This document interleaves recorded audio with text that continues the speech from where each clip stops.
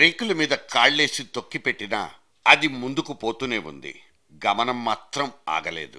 Remote control Delhi వాళ్ల చేతుల్లో ఉండబట్టి మీరు మీ పోరాటం చివరకు మీ చట్టసభలు కూడా నిమిత్త మాత్రులే తప్ప నిర్ణయాత్మకం కాదని రాజ్యాంగంలో రాచుండబట్టి గోడలు కట్టుకోవడానికి అనువైన సదరు బిల్లు మళ్లీ ఢిల్లీకి వెళ్ళిపోయింది.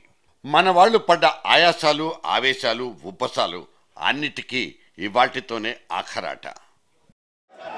As the time given by the Honorable President of India to the Andhra Pradesh Legislature for expressing its views on the Andhra Pradesh Reorganization Bill 2013 under Article 3 of the Constitution of India is coming to an end.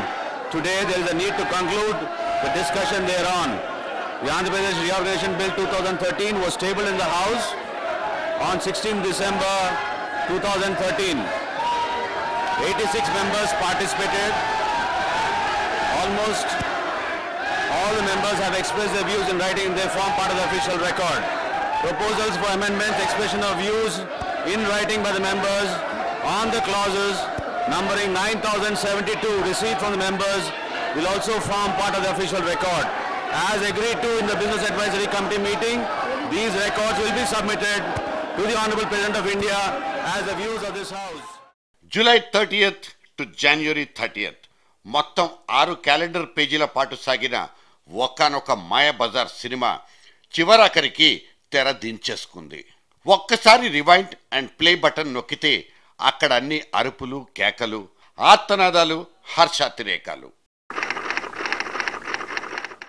Telangana రాష్ట్ర ఏర్పాటును ఆమోదిస్తూ UPA సమన్వయ committee, ఆ తర్వాత Congress working committee ఉమ్మడిగా తలకాయలూపడంతో title cards షురు.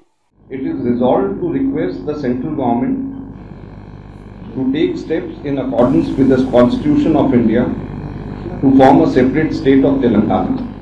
అప్పటికే December 9 అనబడే ఒక ఫెయిల్యూర్ స్టోరీని చవిచూసిన కాంగ్రెస్ పార్టీ ఈసారి మాత్రం మడమ తిప్పనే కూడదన్న కమిట్మెంట్తో నడిచేసింది. రాజకీయ ప్రయోజనాల్ని నోటకర్చుకోవడం కోసమే టీ సెంటిమెంట్ను నెత్తికెత్తుకున్నారంటూ దెప్పి పొడుస్తున్నా సూటిగానే ముందుకెళ్లిపోయింది కాంగ్రెస్ హైకమాండ్. 10 సంవత్సరాల పాటు హైదరాబాద్ ఉమ్మడి రాజధానిగా ఆంధ్రప్రదేశ్ని 2గా చీలగొట్టాలన్న నోట్ను కేంద్ర కేబినెట్ ఓకే చేసింది. The approval of the cabinet sought for the creation of a new state to ensure appropriate legal and administrative measures for both successive states of the government to function from the common capital of Hyderabad for 10 years. మేం బతికుండగా జరగనివ్వమంటూ విభజన వ్యతిరేకులంతా parliament మీదకి దండయాత్ర చేశారు. కాంగ్రెస్ చరిత్రలో మొట్టమొదటిసారిగా సొంత party ఎంపీలే అవిశ్వాస తీర్మానానికి నోటీస్ ఇచ్చినా అధిష్టానం వణికిపోయిన దాఖలా ఒక్కటైనా లేకపోయింది. కాంగ్రెస్ వ్యతిరేక శక్తుల్ని ఏకం చేయడం కోసం సీమాంధ్ర ఎంపీలు నడుం కట్టినా ప్రయోజనం మాత్రం సున్నా. బిల్లును రానివ్వండి చూసుకుందామంటూ ఇక్కడ తొడలు కొడుతుండగానే ఆ బిల్లేదో రానే వచ్చింది.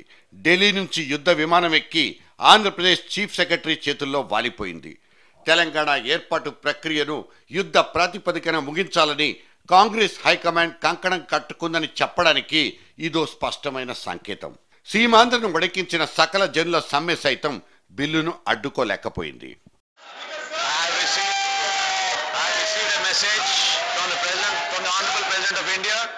And Article 3 of the Constitution of India. Now the Secretary of the State Legislature will lay on the table the message along with the Andhra Pradesh Reorganization Bill 2013. జనవరి 3 నుంచి 30వ తేదీ దాకా అసెంబ్లీ సభలు 2 ఆగుతూ సాగుతూ తమదైన శైలిలో అందరినీ అలరించేశాయి. చర్చించుకోమంటూ పంపిన బిల్లును మన వాళ్ళు కనీసం చదువుకున్నారో లేదో కూడా తెలియదు. మొదటి రోజైతే చించేసుకున్నారు, కొందరైతే కాల్చుకు తిన్నారు కూడా.